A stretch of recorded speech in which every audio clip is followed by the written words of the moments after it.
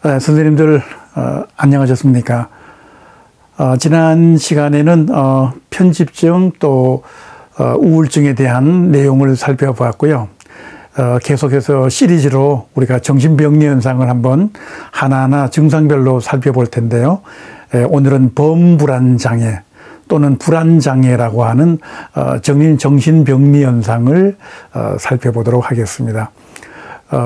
불안장애라고 했을 때는 보통 사람들보다 너무 걱정을 과도하게 하거나 또 그렇게 불안하지 않아도 될 만한 상황인데 과도하게 걱정하거나 과도하게 불안 상태를 경험했을 때 우리가 불안장애, 그리고 사건이나 어떤 일에 관계없이 어떤 일이 일어나더라도 너무 지나치게 걱정하거나 불안을 느꼈을 때 우리가 범불안장애라고 합니다. 그래서 정신질병 분류에서 DSM-5에 있어서는 정식 명칭은 범불안장애입니다.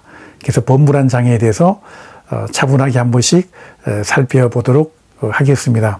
그런데요, 제가 오늘 드린 말씀 중에 우리가 그 정신장애라고 했을 때 이것은 정상적인 것과 무엇이 다르냐, 이것을 우리가 살펴볼 필요가 있습니다. 왜냐하면 우리가 살아가다 보면 걱정이 없을 수가 없어요. 그리고 불안도 많이 느낍니다. 더구나 요즘에 홍수나 지진이나 또 각종 사건들 때문에 우리 현대사회는 걱정과 불안이 사방에 널려 있습니다. 그런데 이런 것들을 흔히 경험하지만 어떤 것을 정상이라고 얘기하고 어떤 것을 정신장애라고 얘기하느냐, 여기에 DSM-5에서 말하는 기준은 그 증상이 만성적으로 또는 지속적으로 6개월 이상 계속됐을 때를 우리가 정신장애로 봅니다. 그리고 또 한 가지는 사회적으로 또 직업적으로 볼 때 이런 걱정과 불안이 너무 지나쳐서 이것이 극복이 잘 되질 않아서 직업적인 문제에 적응하기가 어려울 때, 또 사회적으로 인간관계나 또 가족 생활에 어려움을 느낄 때 우리가 정신장애로 분류하는 것입니다. 요약하면 제가 앞으로 드리는 말씀 중에 증상이 6개월 이상 지속된다는 것 하나 하고, 또 한 가지는 대충 그 증상 가운데에서 서너 가지 이상이 해당이 되면 일단은 정신장애에 대한 판단을 하시고 약물 치료라든가 그다음에 심리 치료를 하는 것이 좋겠다. 먼저 제가 결론부터 말씀을 드리겠습니다. 그럼 범불안장애는 앞에서 말씀드린 것처럼 우리가 일상적으로 세상을 살아가면서 늘 겪게 되는, 정말 세상에 쭉 널려 있는 그런 걱정이나 불안 상태가 참 많이 있습니다. 많이 있는데 너무나 과도하게 걱정이 되거나 과도하게 불안이 돼서 이 걱정과 불안을 나의 의지대로 스스로 통제할 수 없을 때 우리가 범불안장애다, 이런 얘기를 하게 됩니다. 그러니까 범불안장애라고 했으니까 그 종류나 장소나 사건 자체를 우리가 지정할 수 없듯이 어떤 원인이든지 너무 지나친 걱정이나 불안한 감을 많이 느낄 때는 그것이 바로 범불안장애다, 이렇게 판단할 수가 있겠죠. 그럼 구체적으로 그 증상을 다시 한번 차분하게 살펴본다면, 첫째, 이 범불안장애의 그 정신장애를 갖게 되면 늘 마음이 정말 초조하고 불안합니다. 그건 이유가 없습니다.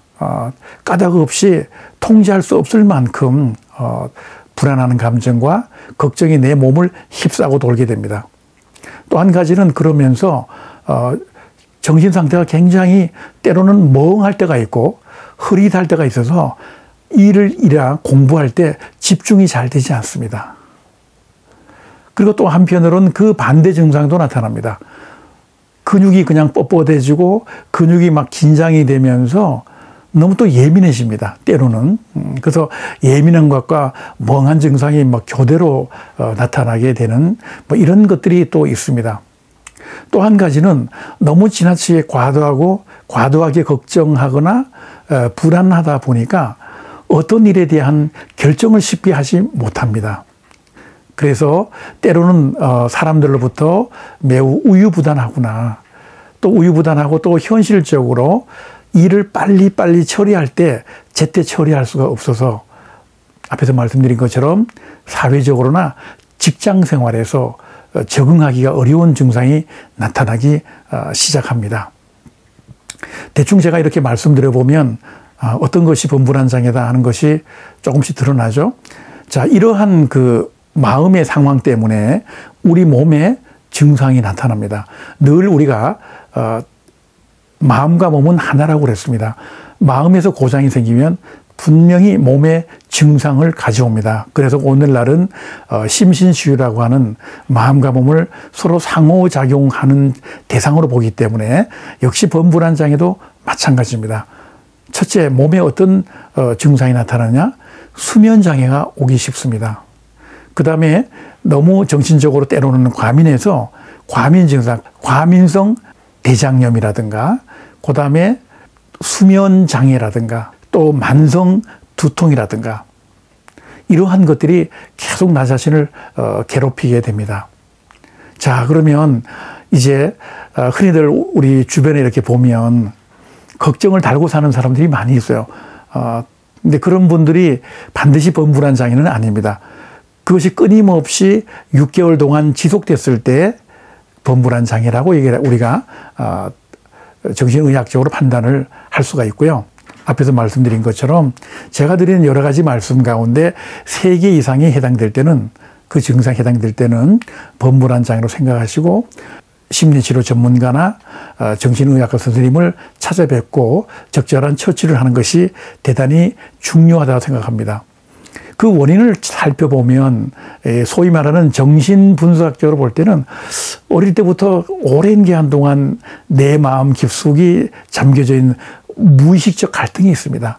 그것이 뭐 원한이든 분노든 해결되지 않는 미해결 과제가 이렇게 마음과 몸에 영향을 미치고 있다. 이렇게 정신분석학자들은 주장을 하고 있습니다. 그리고 이제 인지치료 학파에서 주장할 때는 좀 독특한 사고를 가진 사람들이다 이렇게 봅니다.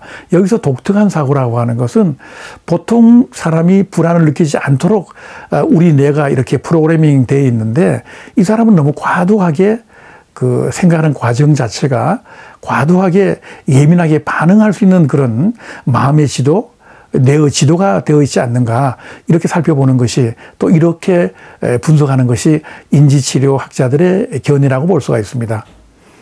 그러면 우리가 범불안장애 치료의 그 방법을 한번 살펴보는데요. 먼저 결론적으로 약물치료와 심리치료가 병행되면 참 효과가 빠르다고 생각이 됩니다. 주로 이제 정신의학과 선생님들이 처방하는 약물들은 많이 있지만 대표적인 것이 벤조다이아제핀 계열의 약물을 많이 사용한다고 알려져 있고요. 그 다음에 심리치료로서는 이제 인지치료입니다. 네가 이런 생각을 하게 되는 이유가 무엇일까? 그 다음에 그 과정이 어떤 것일까? 또 이렇게 생각하면 네가 일을 처리할 때 그것이 효율적이 될까?